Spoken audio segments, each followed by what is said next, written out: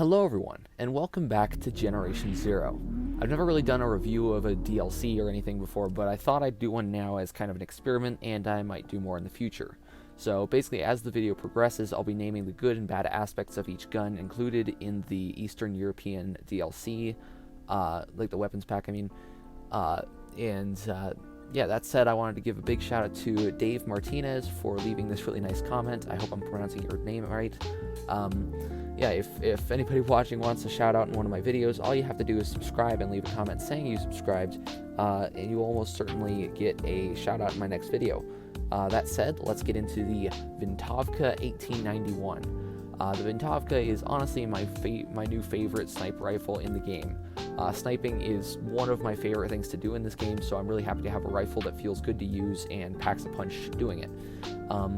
So the good things about the gun are mainly its accuracy. This thing will hit exactly where you aim it on every single shot, guaranteed.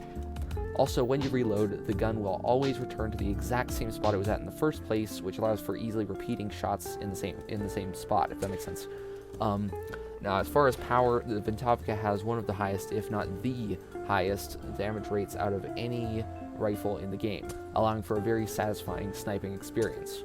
Now, as far as ammo, it uses 7.62, which is pretty easy to find in great abundance, so you probably won't be running out of ammo anytime soon in this thing.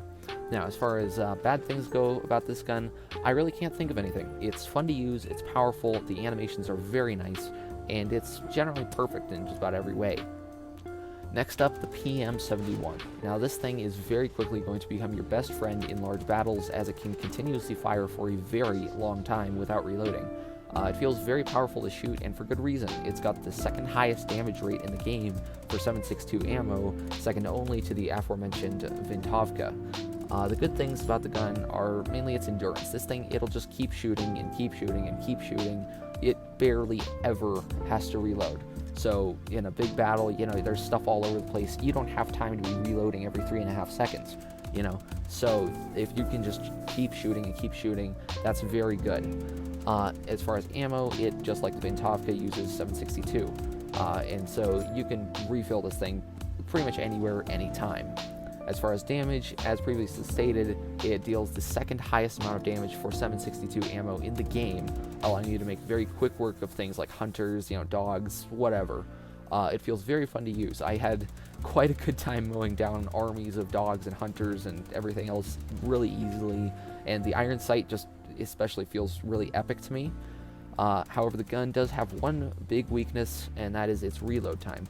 It takes around 6 seconds to reload, which doesn't sound like much just talking about it, but in the middle of a big battle, 6 seconds feels like 10 minutes of absolute terror, knowing that you are completely vulnerable to everything in that moment. So if you're in the middle of a large battle, I recommend that you actually switch to a different gun while waiting to find some good cover. Next up, the Voza VZ68. Now, the Voza is honestly one of the most fun guns to use in the entire game, in my opinion.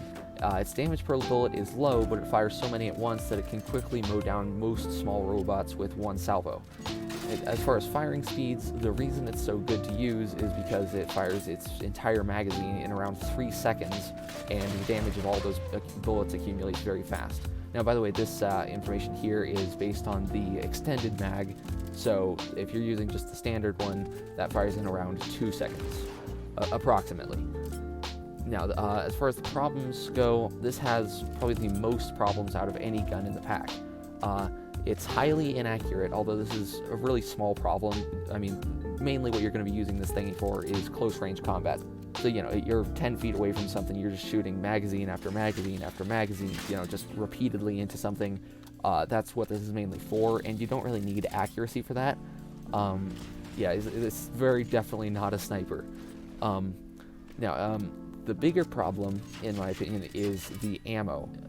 It uses .32 ACP, which, in my experience, is very hard to find, and it uses this rare ammo up fast. By my calculations and estimates, this goes through 240 rounds in 1 minute of continuous firing, which for this ammo is a major issue. I'd say that to get some good use out of this gun for a few minutes, you should probably have at least 550 bullets on hand, which is insane. I mean, that's a lot, especially with this ammo.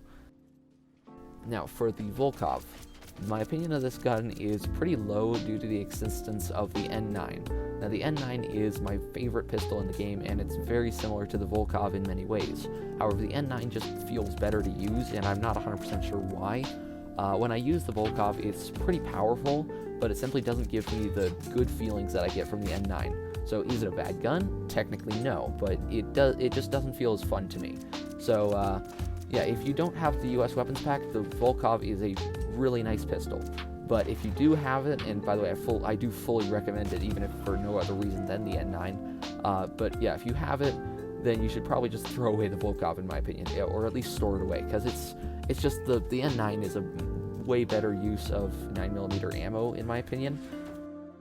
Alright, so that was my review of the Eastern European weapons pack. So is it worth getting? Absolutely. The guns are all fun to use and powerful, other than the Volkov, in my opinion. Now, the pack provides two of the most powerful uses of 7.62 ammo that are currently possible.